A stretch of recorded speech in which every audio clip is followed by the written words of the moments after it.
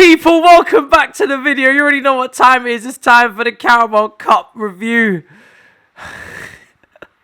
So forced. Oh, I am as I look, okay? I have been hiding all day. Sanch has not even seen me and he lives with me. I have been just immersed within my sheets today. I have not spoken to anybody or with the outside world at all. I feel hungover and I didn't drink a drop of apple juice yesterday, I swear. At Wembley. Of course, I was at the game. Some clips and some pictures may go in throughout this video.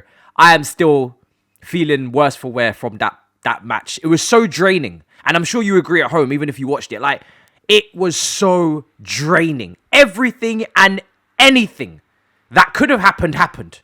And to be there in person, those highs and lows of emotions, I physically can barely... I'm lucky to even be able to speak in this video because obviously the singing and whatnot. But I'm lucky to even be able to even just be here with you right now today. So I'm happy for that. We're going to get into this. To be honest, I don't even know where to start. Everything happened, like I said. I thought we gave a very good account of ourselves. I'm very proud. Very, very proud of the performance. I got a lot of pride in that. Despite losing, there's a way to lose, and that is the way to lose. We speak about these cliches all the time. That is the way to lose a game. If you're going to ever lose a cup final, I want it to be lost like that. With some certain referee decisions that you might not like. Terrible shooting in front of goal, which we're going to get to as well. And obviously some offsides as well. And then on penalties, you take it all the way to the goalkeeper. Again, I'm pretty proud of all of our penalty takers. So, again, you can't really go wrong. I mean, I think it's better to go through this player for player and not mumbo-jumbo this too much. I want to start with Mendy. Mendy with a double save. You might need to start putting respect on his name because he's unbelievable. He's like... I ain't going to talk too much, but that was a brilliant double save. That was incredible from Mendy. That's best goalkeeper in the world type shit right there. So, listen... Luckily, we're staying in. We'll see what happens. But Liverpool fans are getting rowdy now. We've been defending for a while. And, yeah, we started well, missed a chance. And now it's just all Liverpool, man. But get clear. Good. Stress. Mendy was absolutely phenomenal. Like, this is where any disrespecting convo and debates has got to stop with this guy. He is that good. As you saw.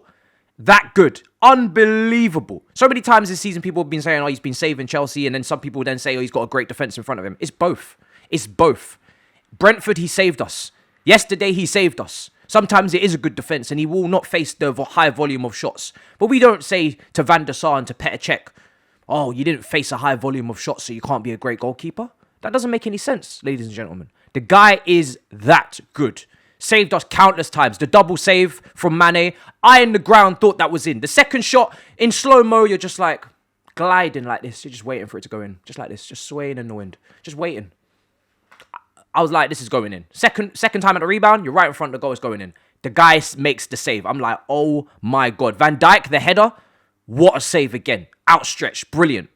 And I have to give it to the Liverpool goalkeeper, Kelleher, as well. He was unbelievable. Keller? Keller. Oh, sorry. He's a Keller. Oh. I really don't have the brain capacity to do anything with you in terms of jokes and wordplay. I don't have the capacity. He was unbelievable as well. Unbelievable. Making big saves, whether they be offside from Rom or not, still a great save anyway. And this is why neither team could score. Yes, some finishing as well was poor. A lot of shots off target for Liverpool. Some big misses for ourselves, which I'm about to come into. But Kelleher was unbelievable. And more than justified the decision from Klopp to play him. Yes, he decides to play his cup goalkeeper. Some people would have been saying, where's Alisson? This is crazy. But for me, we had to play our starting strongest goalkeeper. Because no slight to Kepa. But the saves that Mendy made, I think, that's the difference between like a very good goalkeeper and a world-class goalkeeper. Yes, sir. I'll quickly add one more thing.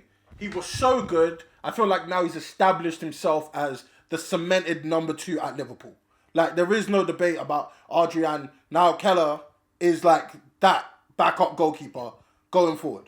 I completely agree. I mean, Adrian, I forgot he even played for Liverpool, but yeah, he's definitely now third choice and out the matchday squad whenever Calla is there and fit and available. He was unbelievable. I was shocked by his performance, and Liverpool fans probably weren't. They knew he was a very good goalkeeper, and obviously Klopp trusts him, and now we can see why. So unbelievable from him, and of course, what a penalty at the end as well. He put that in the top corner.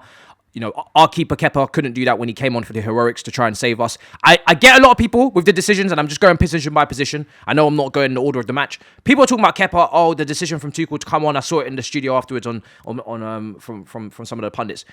Kepa came on in the Super Cup final for Mendy, and he saved us. So that's his role. He's a great penalty saver. Yesterday, it didn't go to plan. He didn't get near. We got near a couple, but he didn't really compete there. Some great penalties by Liverpool as well. Sometimes you just got to give credit where it's due. Some of the penalties that they put in were fantastic. Salah, Van Dijk, etc. But I don't regret that decision from Tuchel. Both goalkeepers know the situation. Kepa's the better penalty saver, and Mendy's the better goalkeeper. Mendy plays, and when the penalties come, Kepa plays. Sometimes it works, sometimes it doesn't. It's very easy in hindsight for people to start like complaining and discrediting the decision. But for me personally, I don't regret the decision. I agreed with the decision at the time. I'm not going to be a hypocrite now and start saying, oh, you should not have done that. No. The defence, our defence as well, I thought we were absolutely tremendous. Thiago Silva, Trevor Chalobah, and Rudiger, immense. Trevor, first game back in over a month. Unbelievable. And to have to deal with, in my opinion, Liverpool's most dangerous person in the attack this game, which was Diaz, in my opinion. I thought Diaz was such a problem. We were speaking about it off air. The start-stop run. That 1 minute he's bang. Like, I've never seen anyone do this. He'll run and then he'll stop on a dime, but then he'll start again so quickly, and defenders will just start shaking back and forth. And by the time they've done that, he's already got, bruv. A man has played less than 10 games in the Premier League. I've never seen someone be so seamless into a team. It's crazy. Adapt so quickly, acclimatise so quickly, and this is what I was worried of. This is why we put him in our top 3, of course, for the Premier League transfers of January, the best Premier League transfers in January. Me and Saj both had him in our top 3 because listen, he's just such a good player. Loads of little fake passes. I don't think that was always necessary, but it is what it is. It's the style, it's the flair, it's the swag that he wants to bring to the game. Lovely flick over James he had as well also, in the game. Kept trying to find Salah. Yep. He was just brilliant, you know. And for Trevor to have to deal with him, I thought Trevor had a difficult first half. Then he grew into the game longer it went in. But for him to even be able to put up a performance against someone of that ability and that mindset, because he was so aggressive. We talk about wingers in the modern era sometimes playing it a bit too safe. He was not. He was so aggressive. So first game back for Trevor, I was very impressed that he could deal with that. And sometimes it wasn't even in the first half that he was shaky. He knew what he wanted to do, but just in those second balls and scraps, sometimes Diaz would just get away because he's just simply that aggressive and that quick. And sometimes you just got to hold your hands up and say that it's going to be a difficult day, especially on your first game back. Silva, Rolls Royce as always, just class, making blocks, making clearances, headed clearances, and then another one to follow, like back to back sometimes. It's just not easy to do. And I just thought once again he marshalled so well. And Rudiger, I thought he did well with Salah. You know, I think he did do well with Salah. Of course, these frontline players are always going to get their chances. Like I said, Mendy didn't have a great game because he had nothing to do. Of course, credit to Liverpool. This was so even. For me, this is one of the most 50-50 games I've ever watched in my life, especially in person. Liverpool were always going to get chances. But I thought the way Chelsea went about it, and we're going to talk about the setup from Tuchel, I thought it was spot on. As soon as Thiago was injured as well in that pre-match, obviously not good for him, but certainly a good thing for Chelsea, because I feel like he was going to be the person that tried to dictate the tempo, try and control the match. We spoke about it on All You Can Eat Chelsea with Grizz. He was the one that was probably going to try and control this game a little bit more for Liverpool and give them those moments of respite from stopping it from turning into an end-to-end game. But on a big Wembley pitch, that's dangerous to have a player like that. But no Jorginho, no Thiago. This was just a back and forth game, literally. And that's why it was so exciting. Loads of counters, loads of back and forth. A lot of times giving the ball away unnecessarily from Kante in particular for Chelsea. I thought, yes, he recovered the ball well, but he gave the ball away far too much. Kante, too sloppy in possession for me. Kova was a lot better. I thought he was standing away the better midfielder in that pivot for us, and has been this season. Kova has just been on another level. On and off the ball, the guy is just, winning duels, winning tackles, and then on the ball, he's just brilliant as well. And Liverpool fans, there was a few sneaky ones around me. They shouldn't have been there, but they were giving him his credit as well. And Liverpool, obviously, when they don't have Thiago, it is a little bit more hustle and bustle in midfield, and of course that just leads to an end-to-end game as well. And Klopp, tactically, I thought Klopp and Tuchel in this match were very good. Knowing when to bring on Werner and Lukaku in that next phase of the game to obviously take advantage of the pitch opening up, tired legs, bring on that pace, and Klopp responding with Konate, with Milner, with Elliott. Konate was a pivotal substitution because Chelsea during that last 15 was starting to penetrate runs, and Matip, he just wasn't there for the whole thing. Bringing on Konate, genius. Oh, really was genius. Especially when Lukaku came on as well, because now you have two big boys to try and defend off Lukaku. Makes sense. Yeah, it really was smart thinking. You could see the tactical changes in how they both were kind of going back and forth tactically on the sidelines. It was brilliant. Two top world-class managers on the sidelines. So much credit has to go to them, of course. And listen, the missed chances for Chelsea, we have to get into it. Mason Mount. I'm sorry, but Mason's finishing in this match is not good enough, man. You've got to score these, man. Come on.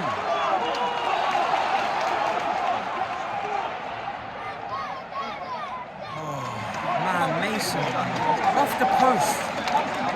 Such a good opportunity. I can't believe it. Mason, man, I'm sorry. Today, you've got to put the ball in the back of the net, man. This is not good enough. Two massive chances he's missed that you can't afford to miss at this level. You can't. Crazy, man. Crazy. Mason Mount. Oh, Mason Mount. Honestly, it was horrendous finishing, and there's no real excuse for it at all. You have to criticise that. I will criticise that. It was shocking. Two chances right in front of goal, around the penalty spot. And for me, the first one, of course, is coming at you at a certain height. You hit it into the ground just wide the post. You still have to hit the target and you should still score. But the second one from Pulisic, it was a lovely ball from Pulisic. Left foot in behind the defensive line. It doesn't happen too often from Pulisic in terms of from the vision and passing perspective, but it was a wonderful pass.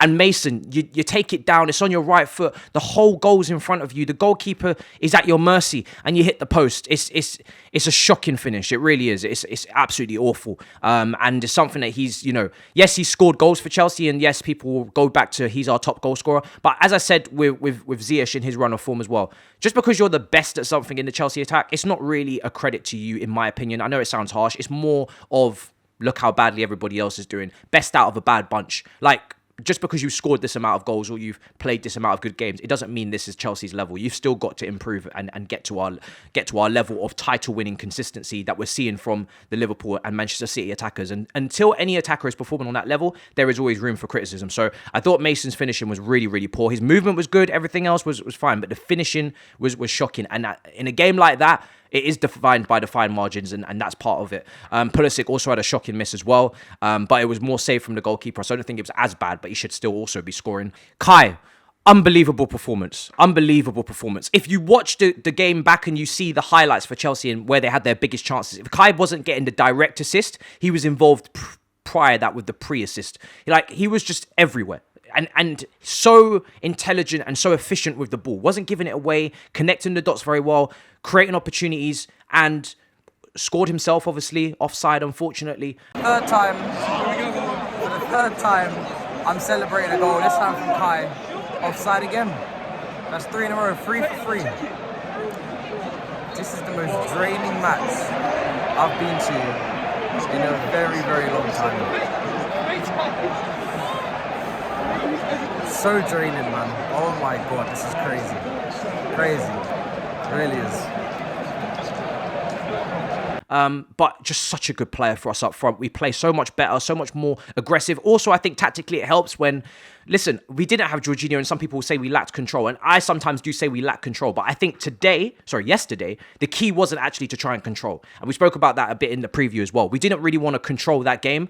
We wanted to go a bit to and throw. That helps us create opportunities a lot more than going up against a low block. And, of course, we don't want Liverpool on the counter with Diaz, Mane and Salah to have loads of space in behind. So I think it suited both teams to actually have a little bit of a back and forth and not allow us to have too much of the possession and for them not to have too much possession. If we sit back and they have too much possession. I don't think they want to break down low blocks as much as they would love to obviously run into space. That's just the way Liverpool are. They'll struggle a lot more. And of course, they'll leave space in behind for Kai. And they don't want to do that either, which is where a lot of our forwards will flourish on the counter-attack. So I think both teams wanted to keep it, back and forth a bit. And I thought Kai at the tip of the team was brilliant. And he deserved us to score with the work he did up front.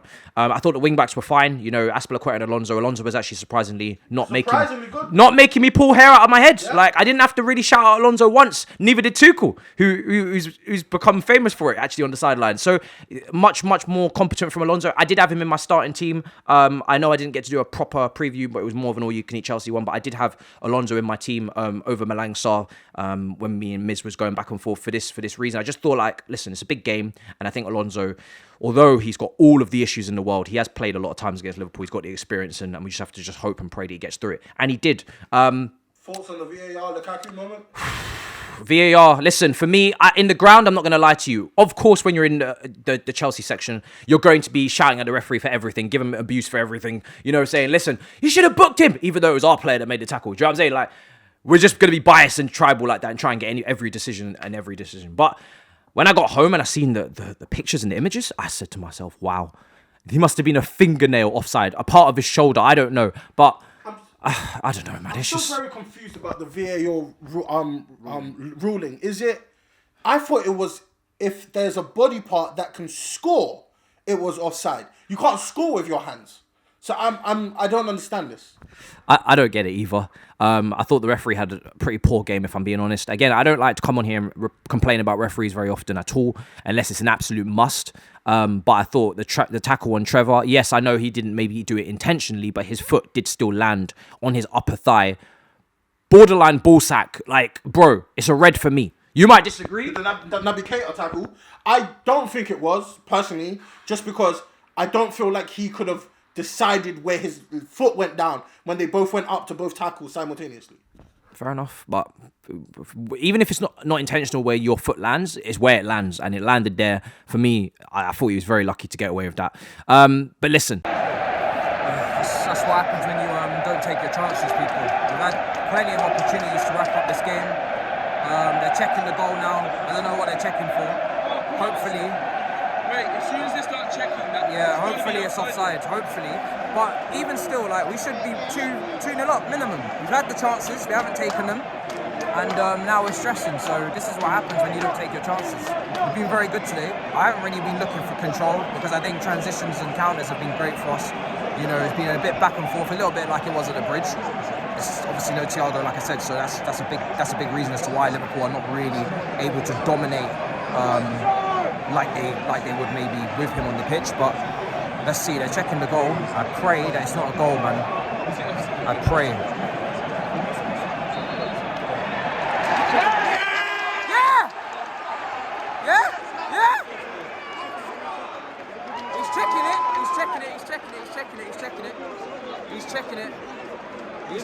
I don't know. I have no idea. The angle's so different. You can't read it from here. You can't get the angle. It's such a difficult angle to get.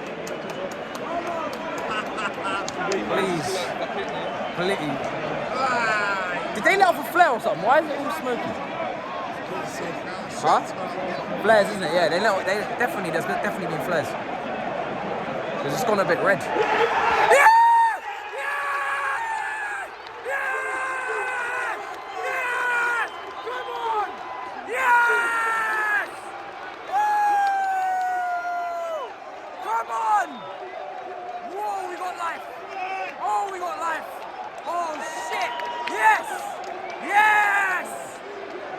But like I said, I'm not going to get too much into the referee. I did think a couple things were wrong, but it is what it is. We still should have won the game. And this is the thing. With or without the referee, we should have won the game. We had the chances to do it. Mendy was having an absolute, all-timer in goal. A prime David De Gea performance in goal. So I think we should have won the game, we should have just nicked it if we were better finishing. But listen, it was very even. Like I said, it was as 50-50 as it gets. If Mendy doesn't have the all-timer performance, then Liverpool go and win the game. So it really was that close. Hence why I went to penalties. And listen, I was vlogging it. Yes, sir. Really quick. Were you happy with how Lukaku played when he came on? Because personally, there was 2 or 3 times where he could have got the ball, span and try and ran with it, or gone one-on-one with a defender to see if he could get past them, and he just kept passing it out to Kai, kept passing it out to Havertz, and not really trying to attack. I wasn't too happy with him, personally. So obviously, when those changes were made, Pulisic and Mount, Kai drops into this free role behind the striker, and Lukaku and Werner come on in the front too. Listen, we were still creating opportunities. We were still a threat. Of course we were, because the pace and the strength of those 2 guys up front, in behind, especially on a big pitch like that where there are some tired legs, you're always going to get your opportunities. I thought Lukaku was better, but it's kind of like the Saul Niguez situation where you're falling from, you're trying to rise from the ground. You know, you really can't get any worse. So anything you do is going to look better than what you've done recently. And I think he was better. You know, he was involved. But there was a moment where I was hoping that he would shoot, but he did pass it out to Timo, who's probably a more, he is definitely a much, he's not really up there in terms of his finishing as much as you'd expect Lukaku to be off the back of the season he had with Inter Milan. So it would be nice if Lukaku did take that responsibility in that moment and take the shot. Obviously, he had the shot that was saved as well. So he was better. But is he going into my team ahead of Kai next game? After Luton, absolutely not. I think Kai has been much better in terms of overall the whole game. And I think Lukaku coming off the bench is actually going to suit him at the moment, because he comes on when there's tired legs, and he comes on to make an impact. And that's where you got to start from if you're going to get anywhere near back into this team. So £100 million impact player. Yes, indeed. You've got 2 of them. Jesus. Kepa was 72 million. Okay, let's get the numbers right. Oh my God. Anyway, moving on. Hope you guys appreciate the microphone matches is dressing you on. Penalties. I was vlogging this, by the way, and some of you will be saying, where's the vlog? Well, listen, where's my phone battery is the better question, because I didn't expect this game to go all the way to penalties. 15 minutes of penalty shootout, which you saw yesterday on the channel, and then 120 minutes of football. No sane human content creator should have to vlog for that long, especially in a cup final. So I wasn't really enjoying the whole vlogging aspect, but there'll be some clips in here anyway. Kepa's on. 2 minutes to go, or a couple minutes to go until the end of the game. Mendy's come off for Kepa. I'm happy with that. Listen, I said you start Mendy, you start your stronger goalkeeper. Now we're probably going to go to penalties, unless something happens in the last minute. Hey, now you bring on your better penalty saver, which is Kepa. So both the goalkeepers understand where it is. We know where it is. This is great in terms of that substitution being made. And hopefully we win the shootout, which is what it looks like it's going to be, plus injury time now, last few seconds. This game is so tiring. I think, listen, Lukaku and Werner have come on. They've given us that life up front, that energy. That was countered by Klopp by bringing on obviously Kepa and Milner. But just can't finish, man. I mean, to be fair, actually, maybe the finish is improved. Just offside. Always offside. 1 minute. Always offside. You know, the finish has actually got better. We scored 3 goals today. Everybody's offside, so it doesn't really make a difference. Penalties, listen, it's just the luck of the draw. I thought both teams obviously did great on the penalties. We got to 10-10 and it just gets to the goalkeeper. But by no means is this Kepa's fault at all. You know, he came on to try and be the hero and he wasn't. But it is what it is. We should never have got to penalties in the first place if we put the chances away. But credit to Liverpool, played great as well. And yeah, man, what a game. Probably one of the best 0-0s the best 0-0 I've ever seen live, personally. Unbelievable 0-0. Even Saj was given the game a lot of credit as well at home. Obviously, the custodian holders of this competition, Manchester City. But yeah, listen, when it comes down to it, we lost. I am gutted. I'm not going to try and pretend. I'm not going to disrespect it and say, oh, the Mickey Mouse Cup, it doesn't matter. I see a lot of Chelsea fans doing that. Listen, I'm not going to be one of those guys. I was gutted. I wanted to win that competition so much. We've lost 4 domestic cups in a row now. Back-to-back Carabao Cups, Man City and Liverpool, and obviously back-to-back FA Cups. So I am gutted. I did really want us to win. I'm not going to start disrespecting the competition just because we lost. But it is where it is. Tuchel's never won a domestic cup at Chelsea. Well, he's only been here a year. Calm down. Shut up. He's never won one. It's like he's been here like 8 years. That was Klopp's first one as well. You know, there's Tottenham fans out there with their hands out, Oliver Twist up. Please, we'll take anything. That was Klopp's first one. But listen, it is what it is. Credit to Liverpool. It was a great final. Great atmosphere as well. Really enjoyed it. And my first cup final and obviously first defeat. I've been to a lot of semi-finals, but never a cup final. I was avoiding them actually because I was too nervous, so maybe this is why. But big up to everybody that watched. Smash up the icons. This is the Carabao Cup hangover. whatever session, and yeah, we move on to Luton, man. I'm gonna go and cry somewhere in a corner. In a bit, people. Peace. Wow, you weren't lying. You just right back to sad. Video's finished. Head down. Don't even want to talk. Have me the mic. All right. Well, yeah, we'll see you later. He's gonna go back to sad boy hours in a bit.